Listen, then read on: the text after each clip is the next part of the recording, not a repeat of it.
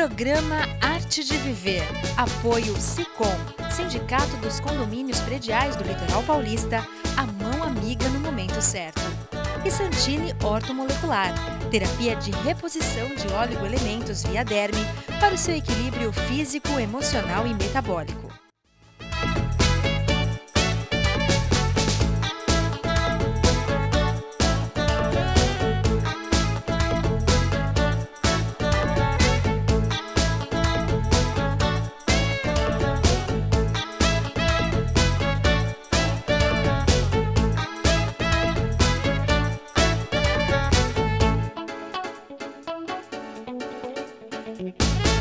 Olá, é muito bom estar com vocês novamente e hoje para conversar com meu querido Dr. José Marcos Pereira, dermatologista, especialista em calvície, tanto masculina quanto feminina.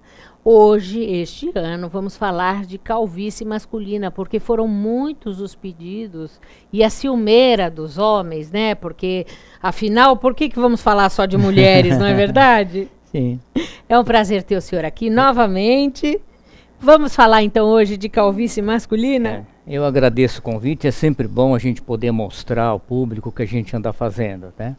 Então vamos falar sobre calvície masculina. Então, é diferente, José Marcos? Sim, o princípio básico é exatamente hormônio masculino, tá? Ou seja, o cabelo ele tem uma sensibilidade ao hormônio masculino. Umas pessoas ficam calvas e outras não ficam calvas, exatamente por essa sensibilidade do cabelo ao hormônio masculino. O princípio básico da formação da calvície, tanto no homem como na mulher, é exatamente o mesmo. Acontece que, como o homem tem muito mais hormônio masculino, a calvície dele é muito mais intensa.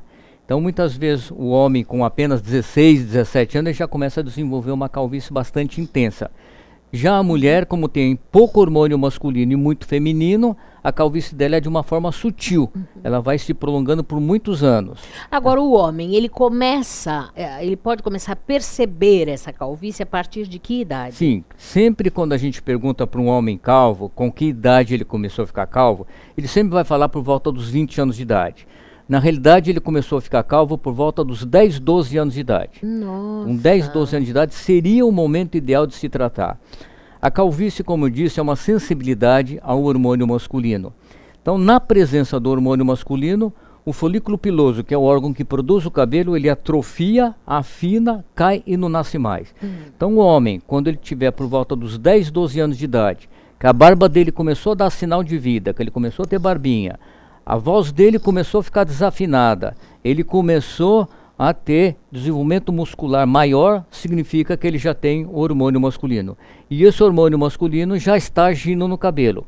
Mas, por exemplo, se ele tiver, quais seriam os indicadores? Sim, então são pequenos sinais que começam a acontecer. Claro, o básico é a hereditariedade. Isso que eu ia perguntar. O pai calvo, tem irmãos calvos, tem avô calvo, avô principalmente quando é avô dos dois lados, ou própria mãe calva, aí já é uma grande dica que ele pode desenvolver a calvície. Então são pequenos sinais. O primeiro sinal é o cabelo começa a ficar encrespado.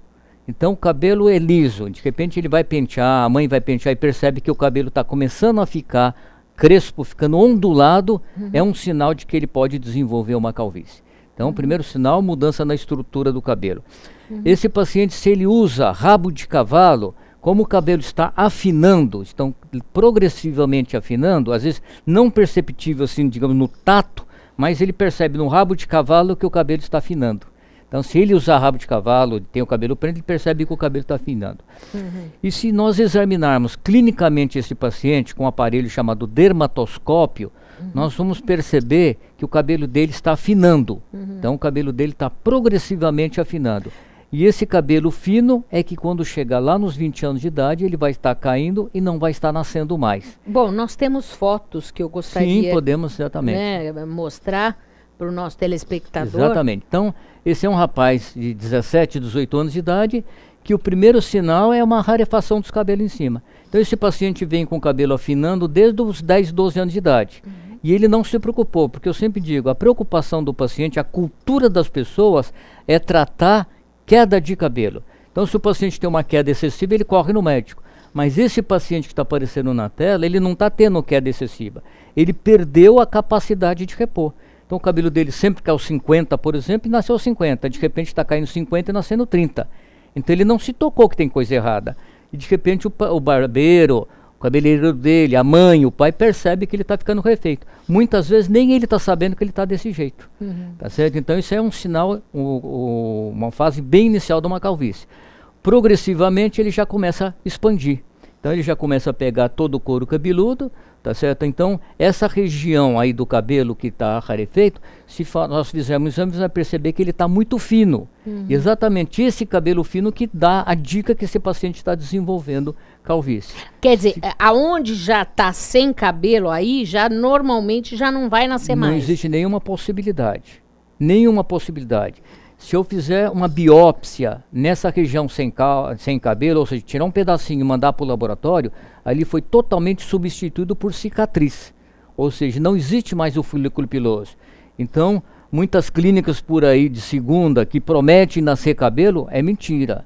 Porque é irreversível. Uma pessoa começa aí já uma fase bem mais avançada, não existe o que fazer. Tá certo? Por isso que a gente sempre preconiza o tratamento da calvície tem que ser o mais precoce possível. Nós vamos falar mais no nosso próximo bloco e eu quero que você confira uma dica do Dr. Rubens Moscatelli, presidente do SICOM, Sindicato dos Condomínios Prediais do Litoral Paulista. Rubens, funcionário que faz serviços para o condômino fora do horário de trabalho, enfim, serviços que não dizem respeito ao condomínio. Isso é permitido? É uma prática comum, né, Mônica? E isso acaba acontecendo, muitas vezes até com abuso. Você falou fora do horário de serviço, mas já vi alguns casos dentro do horário de serviço.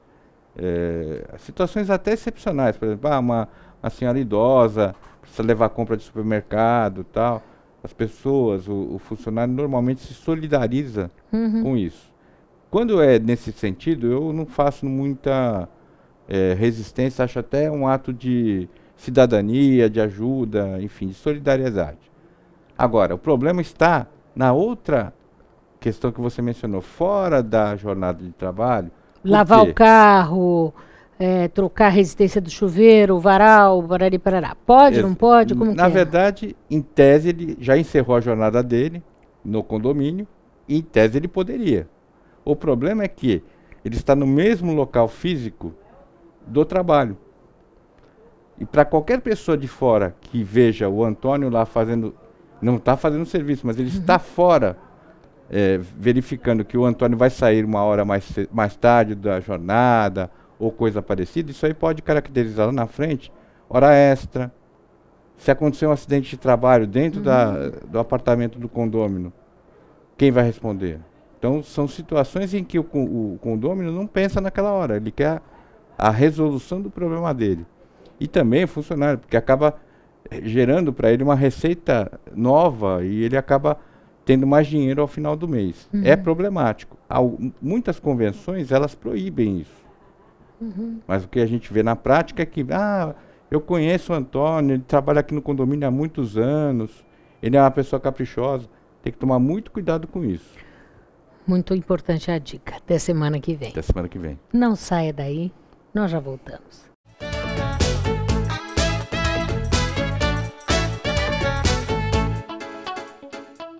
O Smart Center oferece salas executivas que podem ser utilizadas por hora, dia ou mês, além de auditórios para treinamentos, cursos e seminários, salas de reuniões e o exclusivo programa Link, em que o cliente pode divulgar o endereço e telefone do Smart Center para receber encomendas, correspondências e recados. Uma opção inteligente que tem como diferencial aliar comodidade e baixos custos. Smart Center, o seu escritório virtual definitivo. Mãos constroem, destroem, como também sinalizam a insatisfação e até mesmo a dúvida. Por isso, quando se fala em viver em condomínio, é necessário viver em boas mãos. O SICOM há mais de 20 anos oferece cursos, palestras e orientações jurídicas para questões condominiais. SICOM, a mão amiga no momento certo. Avenida Conselheiro Neves 472, telefone 33263083, sicom.org.br.